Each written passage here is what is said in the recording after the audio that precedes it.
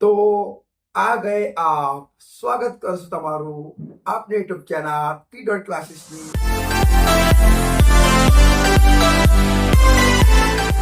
વિજ્ઞાનના આપણે લગાતાર 2 લેક્ચર બનાવીને તમારા માટે મૂક્યા છે. આઈ હોપ તમે એ લેક્ચર જોયા હશે. એની અંદર આપણે ચેપ્ટર 1 ની વાત કરી રહ્યા છે. હવે આજે આનો લેક્ચર 3 એટલે કે ત્રીજો ભાગ છે. ઓકે, હવે આપણે આની અંદર જોઈએ કે જો સ્ટુડન્ટ્સ મેં તમારી માટે બ્લેક બોર્ડ પર 2 પ્રક્રિયા લખી છે, 2 રિએક્શન લખી છે. હવે આની અંદર ચેક કરશું કે કઈ પ્રક્રિયા સાચી છે અને કઈ પ્રક્રિયા ખોટી છે. તમે જુઓ આ પ્રક્રિયા કોની કોની વચ્ચે થઈ છે એકવાર ચેક કરીએ. H2 + Cl2 પ્રક્રિયાને વાંચવી હોય તો કેવી રીતે વંચાય એવું તમને કહું. આ રીતે વાંચવાનું. H2 + Cl2 gives 2HCl. Okay, અને આને વાંચીએ. Zn + HCl gives ZnCl2 + H2. આ રીતે વાંચાય. ઓકે, હવે જોઈએ તો ખબર પડશે કે આ પ્રક્રિયાની ડાબી બાજુ H2 અને Cl2 છે અને આ સાઈડ HCl છે. તો આ આપણા પ્રક્રિયા થાય. સીધી વાત છે કે ડાબી બાજુ જે ભેગા થાય, જેની વચ્ચે પ્રક્રિયા થાય એને એવું કહેવાય પ્રક્રિયક. અને જે નવો પદાર્થ બનશે એને તો આપણે શું કહીએ છીએ? હવે સ્ટુડન્ટ્સ દેખો, ધ્યાનથી દેખો. અહીંયા H2 છે એટલો મતલબ હાઇડ્રોજન કેટલા છે? 2. આપણે લખીએ એટલે ખ્યાલ આવશે ને. હાઇડ્રોજન કેટલા છે સ્ટુડન્ટ્સ? અહીંયા 2. આ રીતે દેખો ને, H2 ને આ રીતે 2 H. એ જ પ્રમાણે Cl ની વાત કરીએ તો Cl પણ કેટલા કહેવાય? કેટલા કહેવાય? કહેવાય. હવે અહીંયા સ્ટુડન્ટ્સ આ એક સંયોજન છે HCl, એની આગળ 2 છે. એનો મતલબ 2 હોય ને એટલે 2 ટાઈમ, 2 ટાઈમ્સ એમ કહેવાય. એક વખત અને આ 2 વખત. હવે તમે ગણો તો બંનેની અંદર H કેટલા થયા? 2 થયા. Cl પણ કેટલા થયા? 2 થયા. દેખો આ H થઈ ગયા અને આ Cl. હવે તમે દેખો તો અહીં હાઇડ્રોજન ની સંખ્યા કેટલી હતી? 2. આ પરમાણુ છે, હાઇડ્રોજન છે, આ ક્લોરીન છે, આ હાઇડ્રોજન છે, ક્લોરીન છે. આ બધા પરમાણુ કહેવાય, તત્વો. પ્રક્રિયકમાં હાઇડ્રોજન ની સંખ્યા કેટલી છે? 2. તો અહીં પણ હાઇડ્રોજન 2 છે અને નિપજમાં પણ હાઇડ્રોજન ની સંખ્યા કેટલી છે? 2. દેખો અહીં પણ હાઇડ્રોજન 2 જોઈને જ ખબર પડે ને. અહીં પણ 2, અહીં પણ 2 છે. ક્લોરીન ની વાત કરીએ તો પ્રક્રિયકમાં ક્લોરીન પરમાણુ સંખ્યા કેટલી છે? 2. તો નિપજમાં પણ ક્લોરીન પરમાણુ કેટલી છે? 2. તો બધું જ બરોબર છે સ્ટુડન્ટ્સ. અહીંયા પરમાણુની સંખ્યા બરોબર છે, એકદમ ઇક્વલ છે. એમ કેવું હોય તો બરોબર કહેવાય ને. દેખા પ્રક્રિયકમાં હાઇડ્રોજન કેટલા? 2. નિપજમાં પણ હાઇડ્રોજન કેટલા? 2. પ્રક્રિયકમાં ક્લોરીન કેટલા? 2. તો નિપજમાં પણ ક્લોરીન કેટલા? 2. તો સ્ટુડન્ટ્સ આ જે છે આને સાચી પ્રક્રિયા કહેવાય. આ ખોટી પ્રક્રિયા નથી, આ સાચી પ્રક્રિયા છે. અને એક શબ્દ તમારા માટે છે, સાચી પ્રક્રિયા હોય ને એ સાચી પ્રક્રિયાને વિજ્ઞાનની ભાષામાં આ ચેપ્ટરની અંદર આપણે યાદ રાખવાની છે. સાચી પ્રક્રિયાને સમતોલિત પ્રક્રિયા કહેવાય. આ કમ્પ્લીટ યાદ રાખજો. સમતોલિત પ્રક્રિયા કોને કહેવાય? તો સાચી પ્રક્રિયાને સમતોલિત પ્રક્રિયા કહેવાય. સાચી પ્રક્રિયાને સમતોલિત પ્રક્રિયા કહેવાય. જે પ્રક્રિયા સાચી હોય એને સમતોલિત પ્રક્રિયા કહેવાય. પણ એ રીતે ના કહેવાય કે તમે પરીક્ષામાં લખીને આવો સમતોલિત પ્રક્રિયા એટલે શું, સાચી પ્રક્રિયાને સમતોલિત પ્રક્રિયા કહે છે, એવું ના ચાલે. પેલા તો તમે આને પકડો. સાચી પ્રક્રિયા આપણે કહીએ છીએ કે પ્રક્રિયકમાં પરમાણુની સંખ્યા અને નિપજમાં પરમાણુની સંખ્યા બરોબર હોય, સમાન હોય. ફરીથી કહું છું, પ્રક્રિયકમાં પરમાણુની સંખ્યા અને નિપજમાં પણ પરમાણુની સંખ્યા સમાન હોય, સરખી હોય, બરોબર હોય તો જ એને સાચી કહેવાય, તો જ એને સમતોલિત કહેવાય. જુઓ પ્રક્રિયકમાં હાઇડ્રોજન પરમાણુની સંખ્યા 2 છે તો નિપજમાં પણ હાઇડ્રોજન પરમાણુની સંખ્યા 2 છે. પ્રક્રિયકમાં ક્લોરીન પરમાણુની સંખ્યા 2 છે તો નિપજમાં પણ ક્લોરીન પરમાણુની સંખ્યા 2 છે. એટલે બંને બાજુ પ્રક્રિયક અને નિપજમાં પરમાણુની સંખ્યા સમાન છે એટલે એને સમતોલિત પ્રક્રિયા કહેવાય. પૂછે તો જવાબ આપવાનો. સમતોલિત પ્રક્રિયા કોને કહેવાય? તો જે પ્રક્રિયામાં બંને બાજુ પરમાણુની સંખ્યા સમાન હોય તેને સમતોલિત પ્રક્રિયા કહેવામાં આવે છે.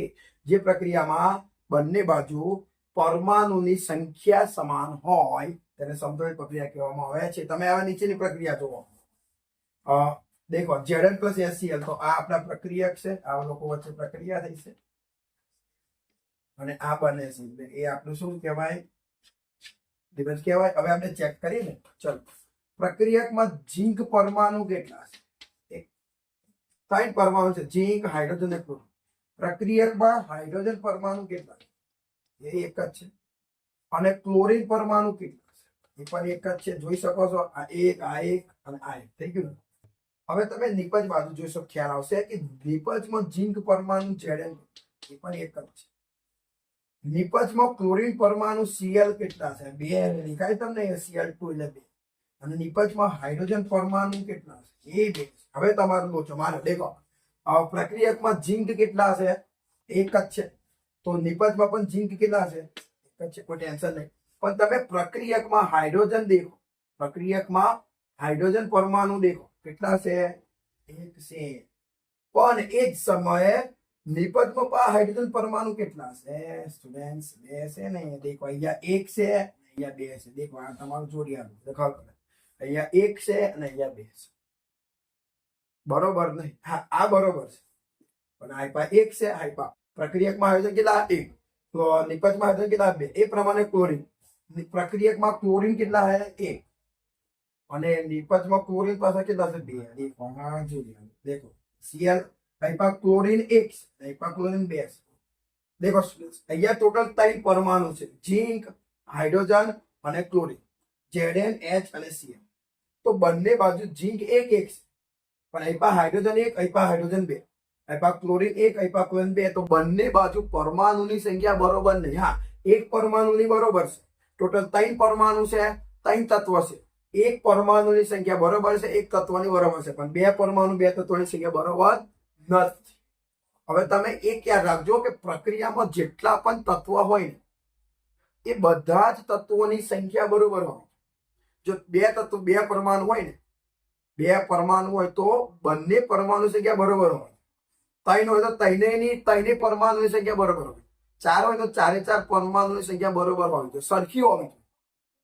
અહીંયા તમે 2 પરમાણુ હતા, હાઇડ્રોજન અને ક્લોરીન, તો 2 બધું આખું હતું. અહીંયા 3 પરમાણુ છે, ઝીંક બરોબર છે, હાઇડ્રોજન બરોબર નહીં, તો એ બરોબર નથી. તો આ ખોટી પ્રક્રિયા કહેવાય. ત્રણેય બરોબર હોત તો સાચી વાત, પણ અહીંયા બરોબર નહીં. Hydrogen 1, 2, chlorine 1. સ્ટુડન્ટ્સ આને કહેવાય ખોટી. સાચી પ્રક્રિયા કહેવાય ના. શું કહેવાય? ખોટી પ્રક્રિયા. ખોટી પ્રક્રિયાને વિજ્ઞાનની ભાષામાં કહેવાય. આ જ લખો, ખાલી આગળ એને અ લગાવી, અસંતુલિત કરો. અસંતુલિત પ્રક્રિયા. તો આઈ હોપ તમને ખબર પડી ગઈ હશે. સમતોલિત પ્રક્રિયા કોને કહેવાય? અસંતુલિત પ્રક્રિયા. સમતોલિત એટલે સાચી. સાચી એટલે પ્રક્રિયામાં બંને બાજુ પરમાણુની સંખ્યા બરોબર હોય, સરખી હોય, સમાન હોય. બંને બાજુ પરમાણુ સંખ્યા સમાન, તો સમતોલિત સાચી. અસમતોલિત પ્રક્રિયા, ખોટી પ્રક્રિયા કોને કહેવાય? તો જે પ્રક્રિયામાં બંને બાજુ પરમાણુની સંખ્યા બરોબર ના હોય, સરખી ના હોય, એને ખોટી અસમતોલિત પ્રક્રિયા. અહીંયા ઝીંક બરોબર છે અને અહીંયા હાઇડ્રોજન 1, હાઈપા 2 એટલે સમાન નથી. અહીંયા ક્લોરીન 1, હાઈપા 2 એટલે સમાન નથી. તો આ અસમતોલિત પ્રક્રિયા છે. તો યાદ રાખજો, આ ચેપ્ટરમાં તમારે 2 પ્રકારની પ્રક્રિયા ભરવાની. એક છે સમતોલિત, એક છે અસમતોલિત. સમતોલિત એટલે સાચી, અસમતોલિત એટલે ખોટી. હવે સ્ટુડન્ટ્સ અહીંથી થોડીક આપણે પરીક્ષાની વાત કરી દઈએ. યાદ રાખજો, આ જે ચેપ્ટર જે ચાલે છે, ચેપ્ટર ટોટલ 5 ગુણનું છે. ચેપ્ટરમાંથી 5 ગુણનું પૂછે. 5 ગુણમાં હું તમને કહું, એક પ્રશ્ન તમને વિભાગ બી માં 2 ગુણનો દેખવા મળશે. એક પ્રશ્ન વિભાગ બી માં 2 ગુણ અને એક પ્રશ્ન વિભાગ સી માં 3 ગુણ. સમજ્યા? એટલે એક પ્રશ્ન વિભાગ બી માં પણ આવશે અને એક પ્રશ્ન વિભાગ સી માં પણ આવશે. વિભાગ બી માં 2 ગુણનો એક પ્રશ્ન આવશે અને વિભાગ સી માં 3 ગુણ. એટલે 2 પ્રશ્ન પૂછાશે, એક 2 ગુણનો અને એક 3 ગુણ. ઓકે, 3 ગુણનો પૂછાય છે. એક વિભાગ બી માં 2 ગુણનો, વિભાગ સી માં 3 ગુણનો. હવે ખ્યાલ રાખજો, તમારે જે 3 ગુણનો પ્રશ્ન પૂછાય ને એ આવો પૂછાઈ શકે. હા, ડાયરેક્ટ બેઠી થિયરી પૂછાય તો ડોન્ટ વરી. પણ બાય ચાન્સ થિયરી ના પૂછાય તો તમને એ લોકો પેપર વાળા આવી તમને અસમતોલિત એટલે કે ખોટી એટલે કે બંને બાજુ બરોબર સંખ્યા ન હોય એવી તમને પ્રક્રિયા આપે. તો તમારે શું કરવું પડે ખબર છે? એ પ્રક્રિયા જે અસમતોલિત પ્રક્રિયા છે ને એ અસમતોલિત પ્રક્રિયાને સમતોલિત બનાવવી પડે. મતલબ ખોટીને સાચી કરવી પડે. બંને બાજુ પરમાણુ સમાન ન હોય અને સમાન કરવા પડે. એમ તમે કરો તમે એક પ્રક્રિયાનો 1 માર્ક્સ. એમ માની લો તમે 3 પ્રક્રિયા આપી, એક આવી આપી, એક બીજી બે આપી મેં, તો ટોટલ થઈ જાય. તો 3 પ્રક્રિયા તમારે સમતોલિત કરવી પડે, સમાન કરવી. તમે 3 કરી નાખો તો તમને 3 ગુણ મળી શકે. જો બેઠી થિયરી પૂછાય તો સારું જ કહેવાય. પણ માની લો બેઠી થિયરી ન પૂછાતી હોય તો આવું પણ પૂછી શકે. હું તો એટલું જ કહું, જો તમે આ ચેપ્ટરમાં ધ્યાનથી ભણો ને તો લોજિકલી ચેપ્ટર છે. લોજિક ચલાવવું પડે, દિમાગ ચલાવવું પડે.